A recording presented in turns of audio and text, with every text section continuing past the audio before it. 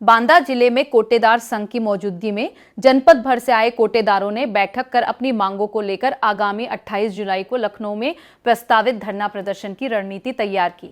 बैठक में 4 बाग से शांतिपूर्ण पदयात्रा और विधानसभा घेराव के प्रस्तावित कार्यक्रम की समीक्षा के साथ अगस्त माह में खाद्यान्न वितरण की पूर्णबंदी पर भी चर्चा हुई।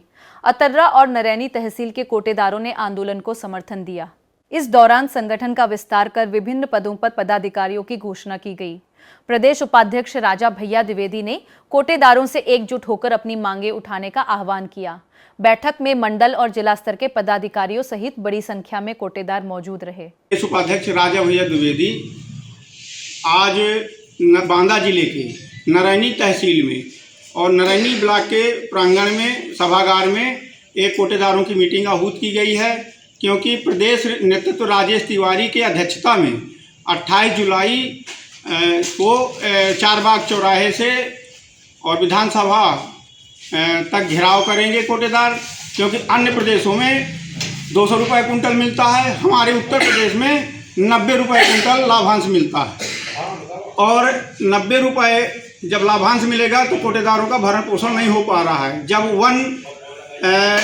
एक देश एक कानून है तो अन्य प्रदेशों में 200 रुपये है, हमारे प्रदेश में 90 रुपये है।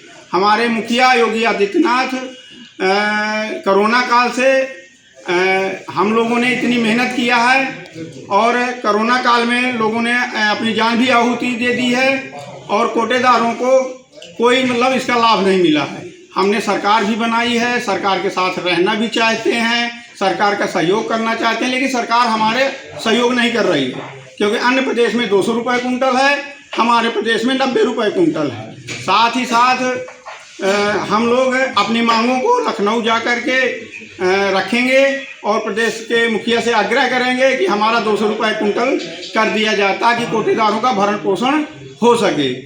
तथा कोटेदारों की छोटी छोटी और भी समस्याएं हैं, जैसे बांदा जिले में ठेकेदार डोर स्टेप डिलीवरी जब से चालू हो गई है तो ठेकेदार बहुत मनमानी कर रहे हैं।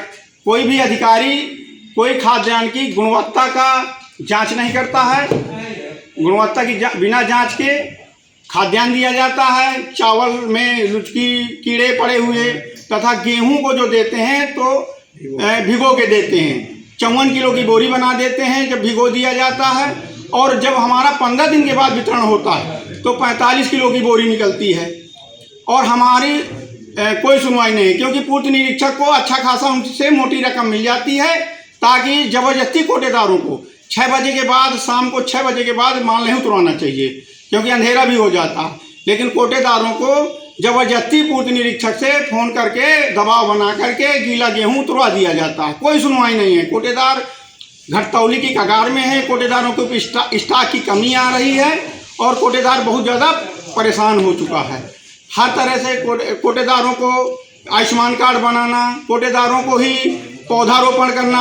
अब पौधारोपण के लिए हमको आदेशित किया गया और हम पौधारोपण करने के लिए वहाँ वन विभाग में गए, हमारा 1,500-2,000 हज़ार रुपये भाड़ा लग गया।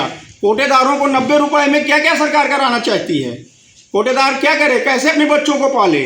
सरकार ध्यान नहीं दे रही है, इसलिए सरकार को हम किसान फार्मा रजिस्ट्री बनाओ, सब हम ही से सब काम कराना चाहती है। जो वेतन भोगी है, सरकार के कर्मचारी है, वो हमारे ऊपर सारे कार्य थोप देते हैं और 90 रुपये में सरकार हमसे मजदूरी का काम करा रही है। अतः सरकार हमारा ध्यान दे, कोटेदारों को सम्मान सहित 200 रुपये कुंटल दे, ताकि भरण पोषण कोटेदारों का हो सके।